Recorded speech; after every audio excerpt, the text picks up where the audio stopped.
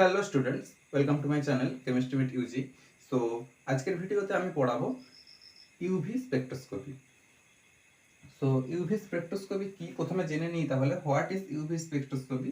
UV স্পেকট্রোস্কোপিটা কি না, মলিকিউলার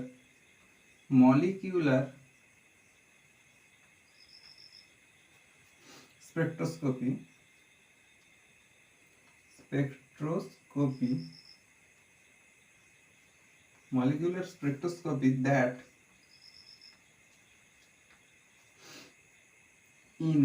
involves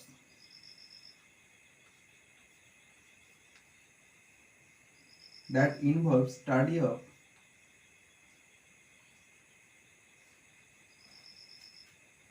the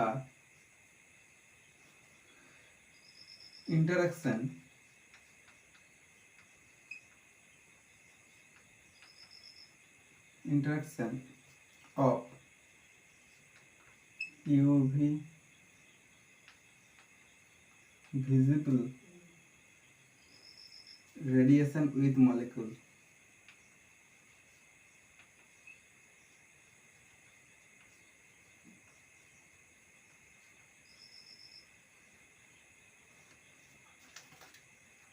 অ্যাকচুয়ালি মানে এই ইউভি স্পেকট্রোস্কোপি বা যে কোনো স্পেকট্রোস্কোপি, এনএমআর স্পেকট্রোস্কোপি বলি বা আইআর স্পেকট্রোস্কোপি বলি, যত ধরনের যে স্পেকট্রোস্কোপি আছে এগুলো মূলত কি না, একটা যে কোনো একটা স্যাম্পল যে অর্গানিক, যে আমাদের অর্গানিক নয় ঠিক যাই হোক আর কি, তো যে টার্গেট যে মলিকিউলটা হয়, যে টার্গেট মলিকিউল মানে যেটাকে আমরা ডিটেকশন করতে চাই অর্গানিক মলিকিউল, তো অর্গানিক মলিকিউল যেটা মানে টার্গেট অর্গানিক মলিকিউল যেটাকে ডিটেকশন করতে চায় সেটাকে ডিটেকশন করার অনেক রকম পদ্ধতি আছে। তো ইউভি স্পেকট্রোস্কোপি হচ্ছে একটা ওল্ডেস্ট মেথড, মানে প্রাচীনতম একটা পদ্ধতি।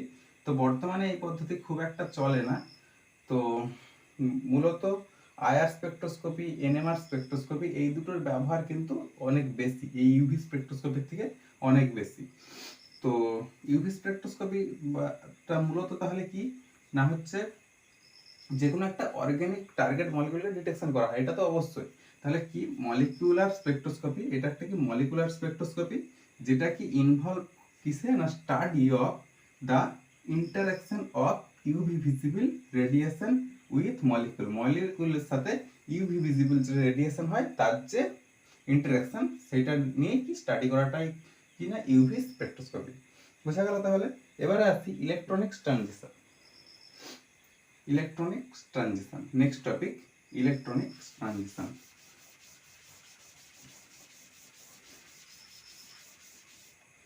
Electronic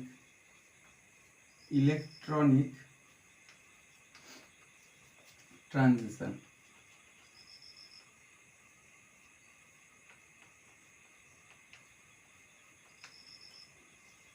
ইলেকট্রনিক ট্রানজিশনটা কি তাহলে দেখো না, electron transit from HOMO to LUMO। HOMO বলতে কি হাইয়েস্ট অকুপাইড মলিকুলার অরবিটাল, আর LUMO মানে কি লোয়েস্ট আনঅকুপাইড মলিকুলার অরবিটাল। তো যখন ইলেকট্রন ট্রানজিট করবে হোমো থেকে লুমোতে, সেটাকে বলা হয় কি ইলেকট্রনিক ট্রানজিশন। যেমন ধরো এরকম,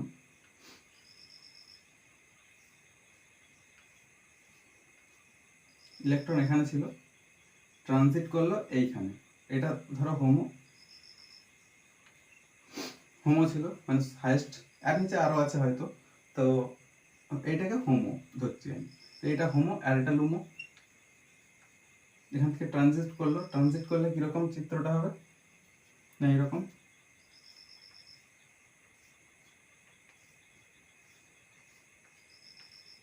এইভাবে কি ট্রানজিট করলো। তো এটাই কিনা ইলেকট্রনিক ট্রানজিশন। এবার ইলেকট্রন যে ট্রানজিট করছে এখান থেকে এইখানে, এই যে এখান থেকে ট্রানজিট করছে, তো অ্যাকচুয়ালি কিরকম ধরনের মানে স্পেকট্রাম পাওয়ার কথা না, লাইন পাওয়ার কথা। এখান থেকে এখানে ট্রানজিট করছে মানে এনার্জির যে চেঞ্জ, এই বরাবর তো এনার্জি, তো এনার্জির চেঞ্জটা যেটা হচ্ছে একটা সিঙ্গেল লাইন, তো তাহলে কিরকম স্পেকট্রাম পাওয়ার কথা, এইরকম লাইন লাইন পাওয়ার কথা, কিন্তু পাওয়া যায় কিরকম না, একটা ব্যান্ড পাওয়া যায়, এইরকম ব্যান্ড পাওয়া যায়। তো এটা কেন হয়, তো সেই আলোচনাই আসছি এবারে।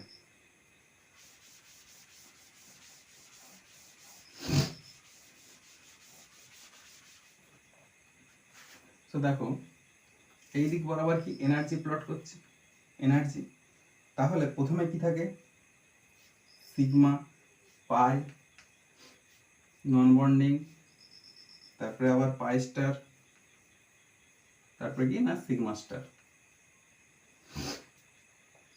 তাহলে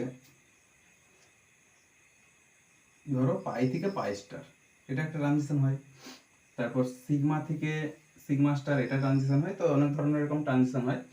তো পাই থেকেও সিগমা স্টারের একটা ট্রানজিশন হয়। তো এরকম 5 ধরনের মোটামুটি ট্রানজিশন হয়, তো সেই আলোচনায় যাচ্ছি না। তো এখন যেটা বলি যে তাহলে এই রকম ধরনের এই ব্যান্ড কেন আসে, এরকম লাইন তো আসার কথা, আমাদের তো লাইন স্পেকট্রাম পাওয়ার কথা, কিন্তু তা সত্ত্বেও এরকম ব্যান্ড কেন আসে সেই আলোচনায় আসছি। তাহলে প্রথমত ইলেকট্রনিক ট্রানজিশন স্টেটগুলো এইরকম, এটা ধরো E0, E1, এটা E2। তাহলে এটা হচ্ছে ইলেকট্রনিক ট্রানজিশন স্টেট। এবারে এগুলা কিসে ভাগ ভাগ থাকে না, হচ্ছে ভাইব্রেশনালে ভাগ থাকে, এরকম ভাইব্রেশনালে ভাগ থাকে। তো V0, V1, V2, V3 এরকম ভাগ থাকে, V0, V1, V2, V3 এরকম ভাগ থাকে। তো এবারে এর আন্ডারে আবার থাকে রোটেশনাল, এরকম রোটেশনাল থাকে, রোটেশনাল থাকে। তাহলে এই যে ধরো এইখান থেকে একটা ইলেকট্রন এইখানে ট্রানজিট করলো, এবার এইখানে তাহলে এনার্জি চেঞ্জটা কিরকম হলো, এইরকম একটা এনার্জি চেঞ্জ হলো। এবারে এই এনার্জি চেঞ্জটা একটা ভাইব্রেশনাল থেকে এইটা যেই মাপের, এই রকমই এই যে এনার্জি চেঞ্জটা একটা ভাইব্রেশনাল থেকে কোনো একটা ভাইব্রেশনালে হতে পারে, আবার কোনো একটা রোটেশনাল থেকে কোনো একটা রোটেশনালে হতে পারে, তাই তো। তাহলে এই রকম অনেক ধরনের যে ট্রানজিশন গুলো হচ্ছে, তো সেইগুলো সব মিলে অনেকগুলো লাইন মিলে কি হয়ে যাচ্ছে না, একটা ব্যান্ড পাওয়া যাচ্ছে। অনেক ধরনের অনেক মাপের বিভিন্ন লাইন মিলে কিরকম পাচ্ছি আমরা, ব্যান্ড পাচ্ছি, একটা একটা পটি পাওয়া যাচ্ছে। হ্যাঁ, মানে মানে ব্যাপারটা কি, তাহলে একটা ইলেকট্রনিক ট্রানজিশন স্টেট গুলো কিসে ভাগ থাকে না, ভাইব্রেশনালে ভাগ থাকে। আর ভাইব্রেশন গুলো কিসে ভাগ থাকে, সেপারেট থাকে না, রোটেশনালে অনেকগুলো রোটেশনাল লেভেলে কি থাকে, সেপারেট থাকে। তাহলে এই যে ট্রানজিশনটা, এই যে এনার্জি চেঞ্জটা, এটা একটা ভাইব্রেশনাল থেকে আরেকটা ভাইব্রেশনালে মিলতে পারে, আবার একটা রোটেশনাল থেকে আরেকটা রোটেশনালে মিলতে পারে। তো এরকম সব লাইনগুলোকে যদি অ্যাড করা হয় তাহলে কি পাওয়া যাচ্ছে, একটা ব্যান্ড পাওয়া যাচ্ছে। বুঝা গেল। আর কিভাবে লিখবে পরীক্ষায়, তো সেই ক্ষেত্রে যদি বলি, তো সে আমি পিডিএফ দিয়ে দেবো যদিও, তো কোনো সমস্যা হবে না। তো আমি একটু মানে জাস্ট মানে এই স্কিমগুলো জাস্ট রিপ্রেজেন্ট করছি। ওকে, তো নেক্সট আসে যাক,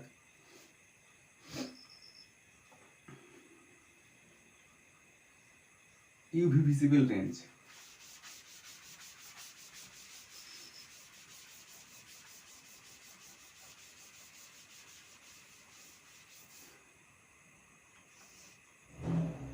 প্রথমে এটা 10 ন্যানোমিটার, 10 ন্যানোমিটার থেকে 200 ন্যানোমিটার, 200 ন্যানোমিটার, এটা থেকে 400 ন্যানোমিটার, এটা থেকে 800 ন্যানোমিটার। এবারে এই যে 10 থেকে 200 এই যে রেঞ্জটা, এই রেঞ্জটা কি হচ্ছে ফার और ভ্যাকাম রেঞ্জ, ফার और ভ্যাকাম রেঞ্জ। আর এই যে রেঞ্জটা এটা হচ্ছে নিয়ার और কোয়ার্টজ, কোয়ার্টজ রেঞ্জ। আর এই যে রেঞ্জটা এটাই হচ্ছে ভিজিবল রেঞ্জ। তো এটাকে নিয়ে আলোচনা হবে। প্রথমে আলোচনা করা যাক এই ফার और ভ্যাকাম রেঞ্জটা কি। এটা কত থেকে কত, 10 ন্যানোমিটার থেকে 200 ন্যানোমিটার, 10 থেকে 200, 10 থেকে 200 ন্যানোমিটার এই রেঞ্জটা। এবারে এখানে কি হয় না, বিভিন্ন যে যদি আমরা গ্রাফিক্যাল রিপ্রেজেন্টেশন করি তাহলে এই বরাবর কি অ্যাবজর্পশন হয়, অ্যাবজর্পশন আর এই বরাবর ল্যামডা কত থেকে কত, 10 থেকে 200। এইটা হচ্ছে টার্গেট মলিকুলের যে ব্যান্ডটা, সেটা আমরা এটা পাবো। এটা হচ্ছে target organic molecule, target organic molecule, এটা হচ্ছে টার্গেট অর্গানিক মলিকুল। আর অক্সিজেন, নাইট্রোজেন, বিভিন্ন যে এয়ার কন্টেন্ট গুলো রয়েছে, তো সেই এয়ার কন্টেন্ট গুলোর যে অ্যাবসর্পশন, যে ব্যান্ডটা হয়, সেটা হয় এটা। তাহলে এটা কিসের? অক্সিজেন, নাইট্রোজেন, এই যে এয়ার কন্টেন্ট গুলো রয়েছে, এরা কি কি প্রডিউস করে? এই ব্যান্ডটা প্রডিউস করে। অক্সিজেন, নাইট্রোজেন এই ব্যান্ডটা প্রডিউস করে। তাহলে এই ব্যান্ডটাকে কিন্তু ডিটেক্ট করা যায় না। কারণ কি হয়? এটাকে এই যে অক্সিজেন, নাইট্রোজেন এরা যে ব্যান্ডটা তৈরি করছে, সে মানে অ্যাবসর্পশনটা অনেকটা বেশি, সেজন্য এটাকে কি হয়? ঢাকা দিয়ে দেয় পুরো, সেজন্য এটাকে কিন্তু ডিটেক্ট করা যায় না। বোঝা গেল? এবারে তাহলে এইটা তাহলে মানে কি হচ্ছে? একটা ভ্যাকাম তৈরি করতে হয়। তাহলে এটা যদি আমাকে ডিটেক্ট করতে হয়, তাহলে কি হবে? এই অক্সিজেন, নাইট্রোজেন যে গ্যাসগুলো রয়েছে, এই গ্যাসগুলোর উপস্থিতিতে করা যাবে না। এই গ্যাসগুলোকে তাহলে কি করতে হবে? সরাতে হবে। মানে কি করতে হবে? একটা ভ্যাকাম তৈরি করতে হবে। মানে একটা এই সমস্ত গ্যাস তো এগুলো তো এয়ার কন্টেন্ট, বায়ু থাকলেই এগুলো থাকবে। বায়ুর মধ্যে এগুলো অনেক বেশি পরিমাণে থাকে। তো বায়ু থাকলে অবশ্যই থাকবে। তাহলে বায়ু শূন্য স্থান তৈরি করতে হবে। মানে কি করতে হবে? একটা ভ্যাকাম বা শূন্য স্থান তৈরি করতে হবে। তো সেই জন্য এটাকে বলা হয় ভ্যাকাম রেঞ্জ। বোঝা গেল? এবার আছে near or quartz range. Near or quartz রেঞ্জটা, এটার কত থেকে কত? 200 থেকে 400। এই 200 থেকে 400 এই যে রেঞ্জটা, এখানে এয়ার কন্টেন্ট কিন্তু অ্যাবজর্ব করে না। এই রেঞ্জটায় এয়ার কন্টেন্ট, মানে ওই এয়ার কন্টেন্ট বলতে কি, নাইট্রোজেন, অক্সিজেন এগুলো কিন্তু অ্যাবজর্ব হয় না। আর দ্বিতীয়ত মানে কোয়ার্টজ যে অপটিক্স, কোয়ার্টজ অপটিক্স এই ক্ষেত্রে মানে এই রেঞ্জে কোয়ার্টজ অপটিক ব্যবহৃত হয়, সেই জন্য এটা কোয়ার্টজ রেঞ্জ বলা হচ্ছে। বোঝা গেল? এবার আছে ভিজিবল রেঞ্জ। এই ভিজিবল রেঞ্জটাই মূল আলোচ্য বিষয়। তো এই ভিজিবল রেঞ্জে কত থেকে কত না? 400 থেকে 800। তো ভিজিবল রেঞ্জটা নিয়ে আলোচনা করবো যেহেতু, তো ভিজিবল রেঞ্জটা কত থেকে কত? 400 থেকে 800। তো এই রেঞ্জে এইখানে ব্যবহার করা হয় কিনা? Tungsten lamp, tungsten lamp, tungsten lamp কিন্তু ইউজ করা হয় এখানে। এবারে আসি ইলেকট্রনিক এনার্জি লেভেল। তো এই ক্ষেত্রেই মানে এই ভিজিবল রেঞ্জেই কিন্তু ডিটেক্ট করা সম্ভব হয়। আর ব্যবহার করা হয় কিনা? Tungsten lamp. এবারে হ্যাঁ, ইলেকট্রনিক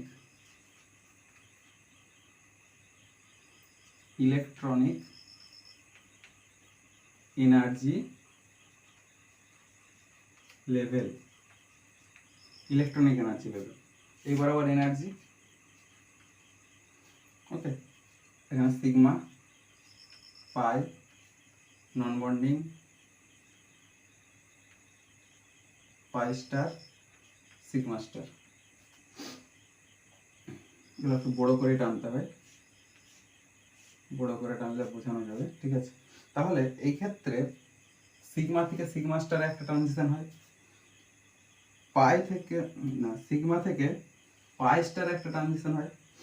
ওকে, আর পাই থেকে পাই স্টারে একটা ট্রানজিশন হয়, আরেকটা হয় পাই থেকে সিগমা স্টারে একটা হয়, আরেকটা হয় নন বন্ডিং থেকে পাই স্টারে। তো এতগুলো ট্রানজিশন সম্ভব। আচ্ছা, এইটার কি এইগুলো, এই যে এই সিগমা আর পাই, এটা কি না বিএমও, মানে বন্ডিং মলিকুলার অরবিটাল, আর এটা হচ্ছে এনবিএমও, মানে নন বন্ডিং মলিকুলার অরবিটাল, আর এটা হচ্ছে এবিএমও, মানে অ্যান্টি বন্ডিং মলিকুলার অরবিটাল। বিএমওতে এই সিগমা কিভাবে হয় না? ফেস টু ফেস ওভারল্যাপ হয়, face to face overlap.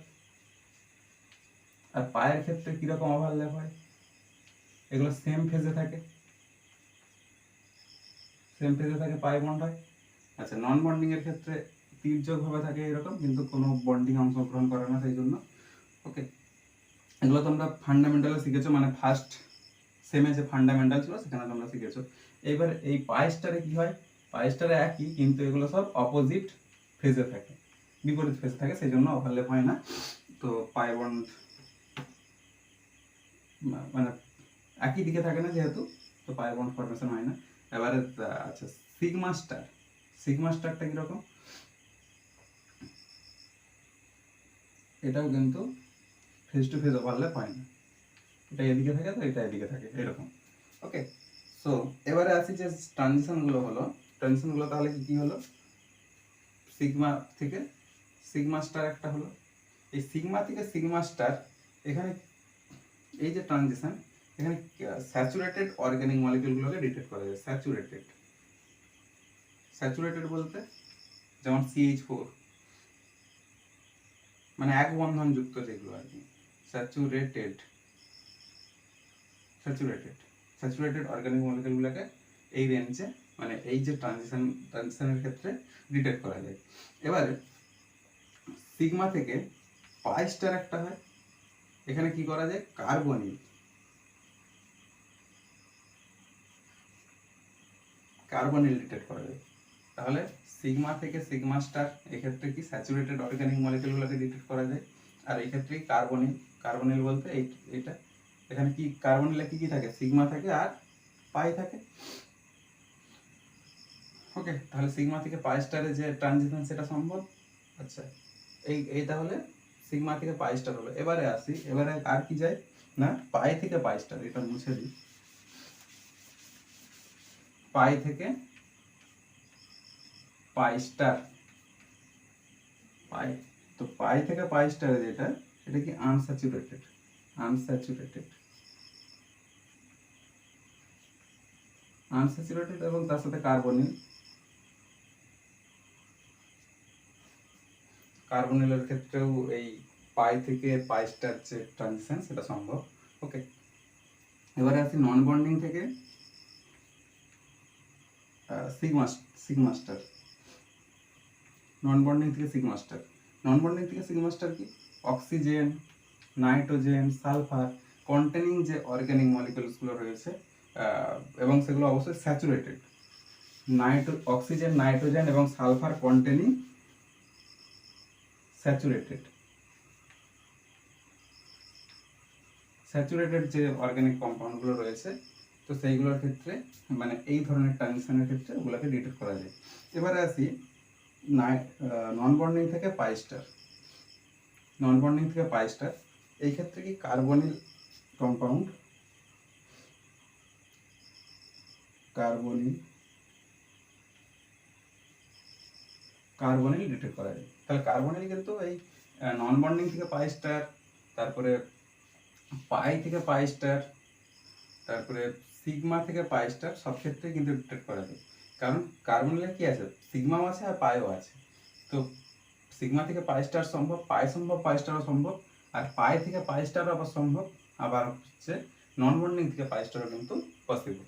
Okay, so আজকের এবারে কোন ক্ষেত্রে কোনটা পসিবল, কোন ক্ষেত্রে কোন ট্রানজিশন পসিবল নয়, এই নিয়ে কিন্তু আছে কি সিলেকশন রুল। তো সিলেকশন রুল কিন্তু পরের পরের ভিডিওতে আসবে। তো বাংলায় গ্র্যাজুয়েশনের উপর ভিডিও কিন্তু আমি দিতে থাকবো, তোমাদের যদি সাপোর্ট পাই, তো সেই জন্য তোমরা চ্যানেলটাকে অবশ্যই সাবস্ক্রাইব করবে, এবং ভিডিওটা যদি ভালো লেগে থাকে অবশ্যই লাইক করবে, এবং কমেন্টস করে জানাও যে কেমন ধরনের ভিডিও তোমরা চাইছো, এবং কোন চ্যাপ্টারের উপর তোমরা ভিডিও বেশি বেশি চাইছো। তাহলে কিন্তু আমরা তোমাদের যে সুবিধা অসুবিধাগুলো আমি বুঝতে পারবো এবং সেই ধরনের ভিডিও করতে পারবো। তো বাংলা ভাষায় কিন্তু একমাত্র গ্র্যাজুয়েশনের উপর কিন্তু চ্যানেল। সো তোমাদের সাপোর্ট পেলে চ্যানেল আরও বড় হবে এবং আরও উন্নতি করতে পারবো, মানে এই যে টেকনোলজিটা আরও বেশি ডেভেলপমেন্ট করতে পারবো। সো তোমাদের সহযোগিতা অবশ্যই কিন্তু আশা করছি। তো আজকের ভিডিও এই পর্যন্ত, দেখা হচ্ছে পরের ভিডিওতে, বাই।